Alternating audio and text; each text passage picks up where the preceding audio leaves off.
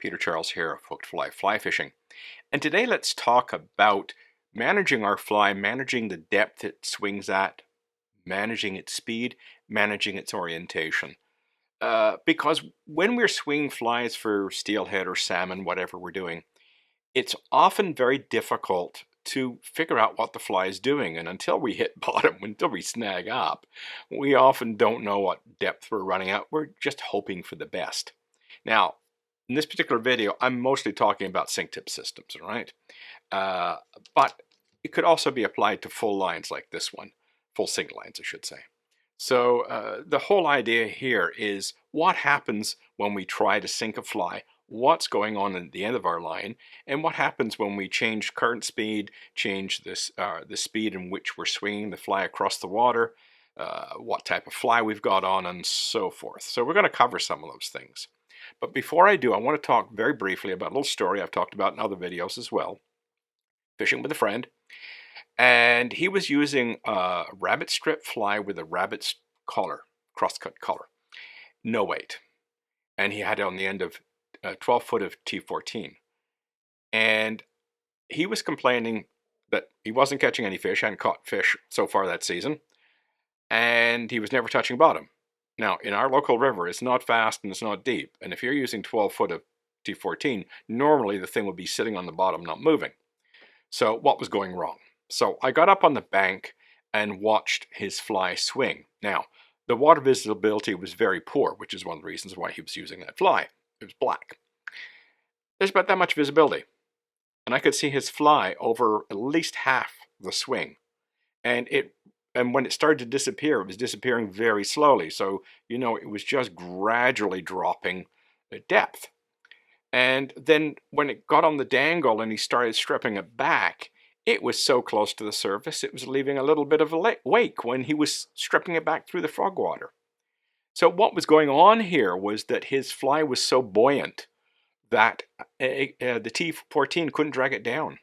And we assume that T14 will drag down pretty well anything, but it doesn't. So you've got to have a fly that matches what you're trying to do. It has to have a sink rate. If you don't have a decent sink rate in your fly, you can get into problems, and it's not going to be running at the depth you're thinking it's running at. And this explains why he wasn't catching fish, because his fly was out of position for most of the arc of the swing. It was only when he got near the dangle did it get down. So these things are not obvious until we take some time to think about them. So I'm going to go through some of the issues. And this first diagram here shows that as we increase swing speed, the lift on our sink tip goes up, and so does the drag of the sink tip and fly. So what's happened is if you increase lift and you increase drag, you raise the fly, you raise the sink tip. It's not going to be running at the depth you think it's going to run at. And it's because your swing speed is high. And when I talk about swing speed, I'm talking about how fast we move the fly through the arc of the swing, both the current and what we're doing with the rod. So the reverse is true. If I start dropping the swing speed, reducing tension, for example, the drag will go down, the lift will go down, and the fly and the sink tip will drop. So how do we go about either raising or lowering the sink tip and the fly? Because we may want to do both, depending on where we're fishing and what we're doing. So let's look at the first one. It's called a pullback mend. And this pullback mend starts and finishes slowly. And when I say slowly, I'm talking about the swing speed. And what we do with the pullback mend is we cast across at a 45-degree angle as normal, and then we make an upstream mend.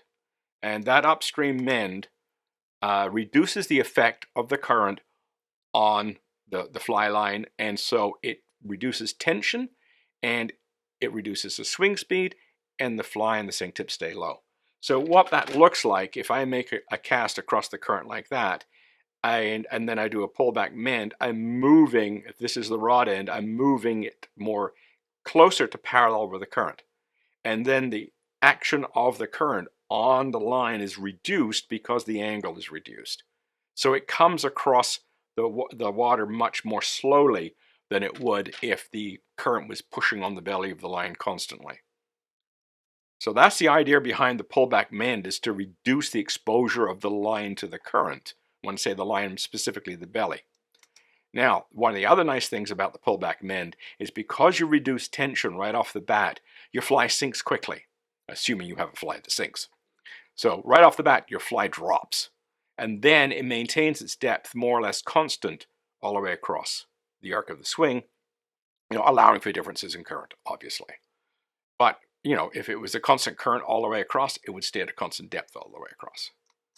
So that's the advantage of the pullback mend, is to be able to get your fly to run deep and stay deep through the arc of the swing, and also to go slowly. You're reducing the speed, the swing speed. Those two things go hand in hand.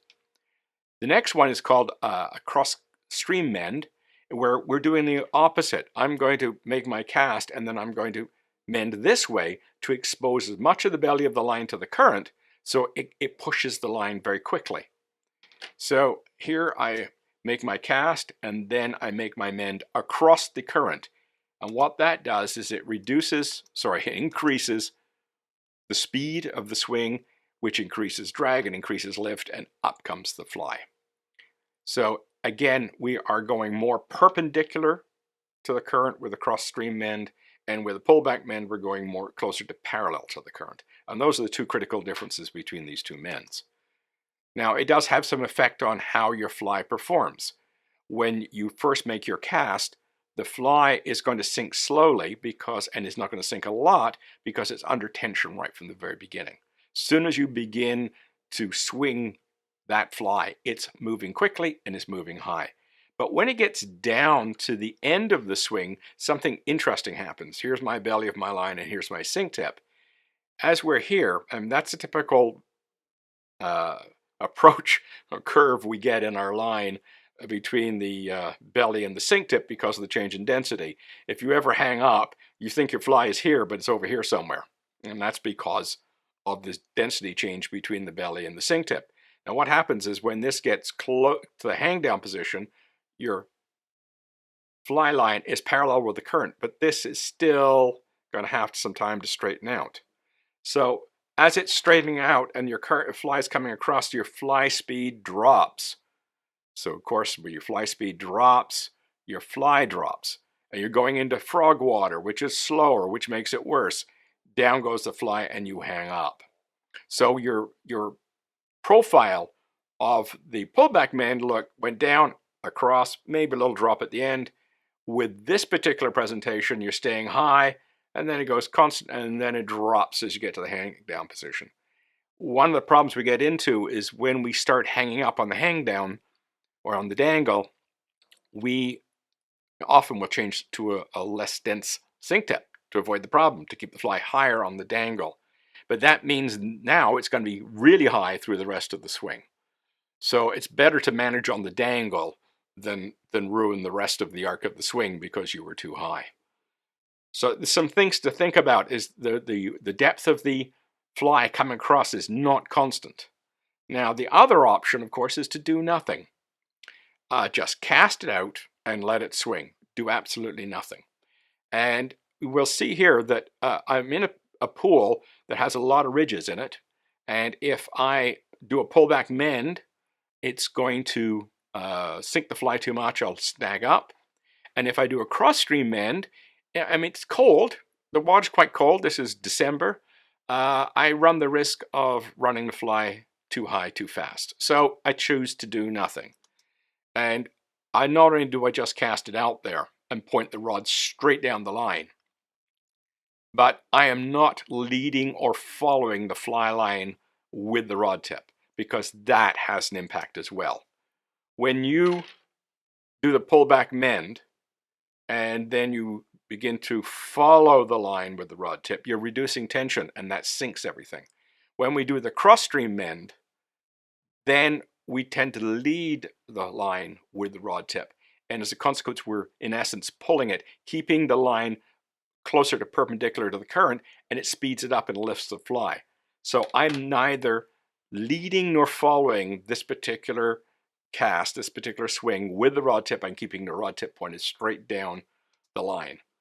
And as it comes across, it's a moderate depth. I could swing it deeper. Now I'm at the end of the pool, there's less ridges, I'm going to use a pullback mend, and you'll actually see me following the line. So first there's the reduction tension. That fly is now sinking. Now you can see how I'm following the line, and that continues to reduce tension. That fly is really well sunk, and a couple of casts later I get a lovely chrome hen. So no, we're not complaining. And there's the fly, and because this is a rather snaggy pool, this is my that was my BNC. Go back here. That was my BNC thingy, and you notice I've got upturned points. Got a double hook, a little tiny double hook, and it's upturned. So it gives me a fighting chance to avoid snags if I do hit one of those ridges. So one of the things about those ridges is that, especially the ones at the bottom end of the pool, is that you've got a chance that when you tick over a ridge, the fish are sitting right behind it. So your fly just sort of bumps over the ridge, and then the fish nail it. It's quite cool. But I have to have a fly designed to handle it. Now in this situation, I've got a very easy fishing environment. I've got a smooth, even flow of current pretty well all across the river. I've got more or less a continuous depth all across the river. So I can adjust everything very easily. I can pick my sink tip very easily. And I'm just making a pullback mend from this cast and then just letting it swing across. And again, I'm following the line with the rod tip to allow it to sink. And the pullback mend is perfect because it runs at a consistent depth. So keep that in mind. When you follow the line, you're decreasing tension. And when you lead with the rod tip, you're increasing tension. Now, this is a totally different scenario. This is the Credit River in Ontario. You can see that bank that's full of these concrete blocks. It's deep there and it's pretty quick there. And the fish hold close to that bank. You've probably got 20, 30 feet of fishable water before it gets too shallow, and I'm standing in the shallow water. So I have to put a cast into that faster current and try and keep the fly there as long as possible. Now, in this particular spot in the river, it's wider and slower, so I don't have to worry about it too much. It's more or less just angling the cast downstream. So you see what I'll do here. I'll make a snake roll, angle it downstream, and I'll just keep this. I'm casting at a fairly shallow angle, but that's all I'm doing, and I'm just letting it swing out. Now I'm going to back further down the river. Current narrows, it's faster, the zone is narrower. I have to change things up in order to keep the fly from going through the zone too fast. And you notice what I've done here is I've switched to left hand. And the reason for that is if I'm casting right-handed, the angle that the fly lands and the line lands is going to be, moderate. It's not going to be too sharp an angle. But if I want to reduce it further by going left hand, I'm reducing it to a much greater degree. So going from right hand to left hand, I've changed the angle of the cast, even though my distance hasn't really changed. Where I'm aiming isn't really changing. I'm aiming for the fly to land right beside those concrete blocks. So all I'm going to do here is use a left hand cast, and then I'm going to put in a mend, a pullback mend, as you can see here, and that's putting the line even closer to parallel with the current, so it'll come across even more slowly than before, and gives the fly a chance to stay in the zone longer. And then when it gets into the shallow water, I'll start stripping. And this lovely brown was caught a couple of days later fishing the same stretch, doing exactly the same thing. It's a nice little lake run brown. So it's very effective, but the bottom line of this particular situation is the idea we sit and think about what we want to do with the fly. What's going to happen when that fly hits that current and the line hits that current? What's going to happen? You expose too much of the line to that current and the fly gets whipped out of the zone far too quickly, and the fish don't have a good shot at it. So especially when I went left-handed, I decreased the angle, I should say.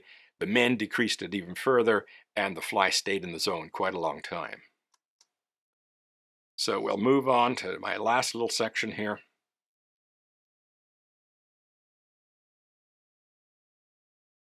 In these conditions, I've got a fairly flat bottom, but it's got a lot of boulders, in this kind of range.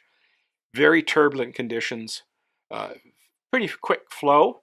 So when you've got this kind of conditions, you've got a lot of bubbles in the water from the turbulence. You've got a lot of debris going across. So the fish are sitting behind rocks. You know, they'll be working their way up this stretch, and they'll pause to rest behind a rock. You don't have a lot of time to show the fly to them. So what I'm doing here with the approach I'm taking here is I'm trying to get the fly to run as broadside to the current as possible. And remember this particular bend you get in your line when you don't use a pullback mend.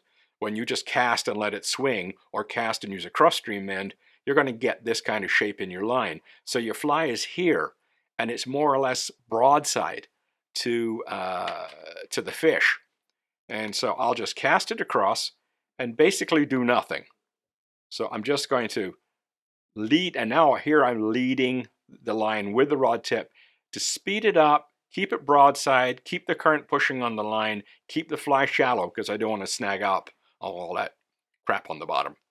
And I'm coming into shallow water. If I let it sit on the dangle, I'm going to end up snagging up. So we're taught as steelheaders to let the fly soak on the dangle. Well, that's going back to what I said before of the profile of the depth is it dips at the end. And you're going into shallow water, it's not practical. You'll just hang up all of the time. And if you change your sink tip so you won't hang up on the dangle, then you're messing up the rest of the swing. So what you have to do, and what I did here, as soon as it started getting close to the dangle, I started to strip. Slowly at first, in case there was a fish following it, and then if I didn't get a hit, I would just rapidly pull it in, so I didn't snag up. So yes, letting it sit on the dangle is a good idea, but you can't use that as a gospel. You can't do it all of the time. There are going to be situations where it's just simply not a good idea, and it's a smarter idea to do a bit of stripping to help keep the fly off the bottom. Now, the picture here with the fish, that's a different river, but it's the same kind of scenario. I think I got 3 fish that day, basically doing what I showed you in that particular clip. Unfortunately, I don't have any video from this particular fishing trip, just still photography. But I was casting at roughly 60-degree angle across the current and just letting the current bring it across. My brown trout Weimer was running broadside of the current and the fish were smacking it.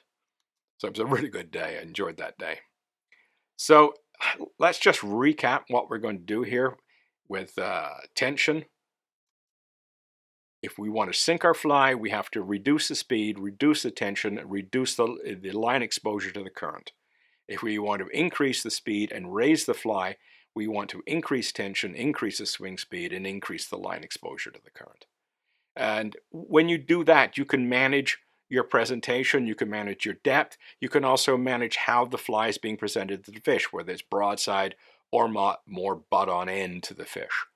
In that turbulent water situation, I didn't want butt on end to the fish because it's harder for the fish to pick it out from all that debris that's coming down the river at it. The broadside presentation, even though it's quick, is going across their face, or maybe a little higher, and they see it more easily. Especially considering they're behind a rock usually, or they're sitting in a dent. You know, you've got to give them a chance to see it. And so the presentation I was using gives them that chance, even though it's pretty quick. They'll come up and whack it. If they're interested, they'll hit it. So keep that in mind when you go out fishing with a sink tip. Don't cast it out automatically at 45 degrees all of the time. Think of your casting angle and what that has an effect on the way the fly will swing. In these examples, you saw everything from 30 degrees to 60 degrees. I sometimes cast beyond 90 sometimes when I want a certain kind of presentation. So be open to your casting angles. The other thing is don't mend automatically and don't always use the same mend. I mean, sometimes you don't want to mend. Sometimes you want a cross-stream mend. Sometimes you want a pullback mend. So be prepared to use different mends at different times for different conditions. And as I say, don't go out automatically, cast 45 degrees, make a pullback mend and watch it come across. I mean, you're not giving your fly the best chance to catch a fish. You're not giving your presentation the best chance to appeal to the fish. And it makes more fun to sit, look at the water, analyze it, figure what you have to do, and then make it happen. And then when you catch your fish, it's very satisfying. So give that all a try. Cheers.